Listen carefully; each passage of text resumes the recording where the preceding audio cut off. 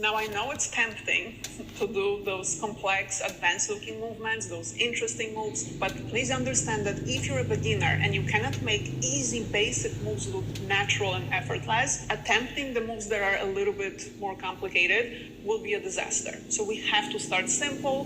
We'll start with the basics. I'll teach you 4 moves. Some moves will be more neutral, some moves will be with the hips, so you can choose what you like. I try to include both like masculine, feminine versions and everything in between, so feel free to pick. Of course, you can do all of them. I do all of them. The first movement, we'll start with footwork, neutral movement, heel out.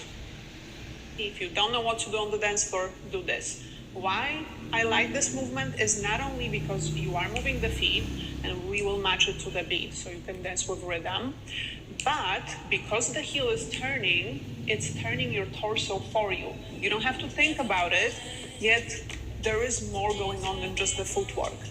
Usually when we have steps, let's say like a step forward, and we don't move the torso, everything will look more stiff. So I like that in this move, we have a little bit of groove, a little bit of smoothness already built in. So we don't have to like turn the torso ourselves.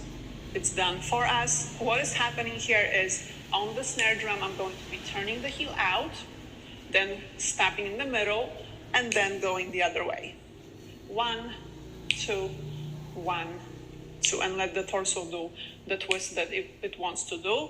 But this is all of it. That's it. Keep the legs relaxed. Don't lock the knees. Keep the knees, they can be slightly bent.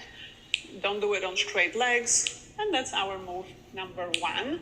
Movement number 2, very simple, also in place, but this time we'll move the hips. So dip, I'm sure you're familiar with it if you have been on my channel for a while, but it's one of those movements that are very feminine, very smooth, yet not too overly sexy and bring attention to you.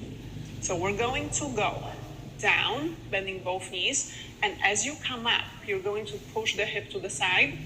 For now, I want you to exaggerate, so literally push until you feel the stretch on the side, and then go the other way. As you come up, push. So we create this U shape. Down, up, down, up. Now I want you to focus on the hips because I don't want it to be about the knees, because I can do it this way and it becomes something else. It's no longer smooth. So start the movement by paying attention to that U shape and create it with a hip. So think of it as you have to swing the hips side to side. The knees will follow, but it starts here. Movement number 3, this is one more movement that's stationary, that's in place. And then again, neutral one, anyone can do that. We're just going to shift weight. One of those movements that if you do them on the dance floor, if you do this type of movement on the dance floor, it won't bring attention to you. So all we're doing is we're shifting weight from one leg to the other, any direction that you want.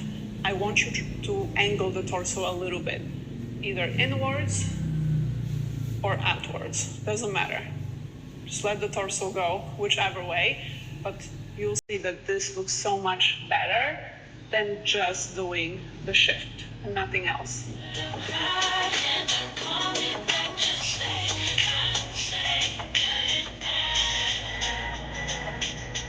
So this is the third movement, and finally, this time we'll move more. We'll travel side to side. I want us to do a 2-step. Okay, so we're going to go open, close,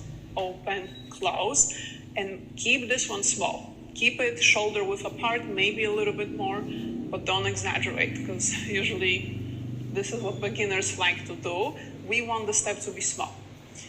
And then, again, let's see if we can add the torso. As you're walking in one direction to your left, you're going to drop your shoulder, your left shoulder. This will create that lean with the torso. And then as you bring the foot in, just straighten up. Down, the other way, up. So the step and the lean down, they happen at the same time. We have 1, 2, 1, 2. See, again, one of those smooth movements, effortless moves, not too complicated. you'll be able to blend in and look good doing it. Now, once we know the movements, we have to be able to match them to the music, to the beat correctly, and I'll show you how to do it. We're going to be looking for the loudest beat, which is a snare drum. Usually it sounds like a snap or a clap, but basically it's like a drum, so it's a hit. It's the loudest one in the song, and in this song, it's going to be right here. All right, let's see. The first movement, remember I said to turn the heel out on the snare drum, on the loudest beat, so let's do it.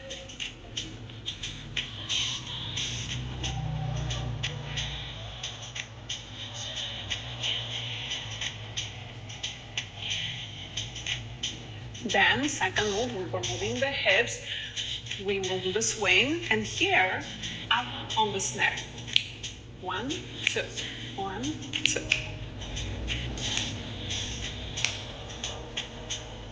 Treat the snare as your deadline, because by that time you have to complete that dip and come up.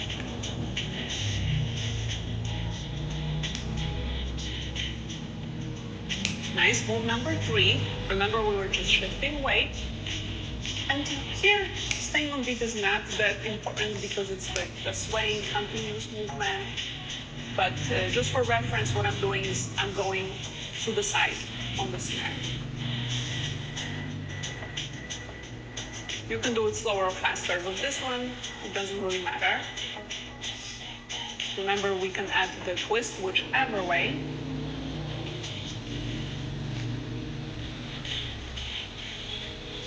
And last option, let's start with the feet, open, close, 2 steps.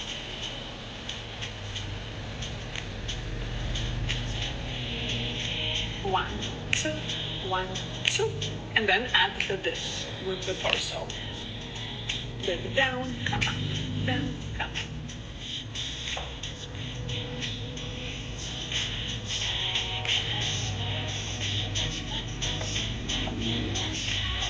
So you see, this is how we match the movements correctly to the music. Because again, it doesn't matter how many moves you know, how fancy they are. If you cannot do them correctly to the beat, they are not going to look good.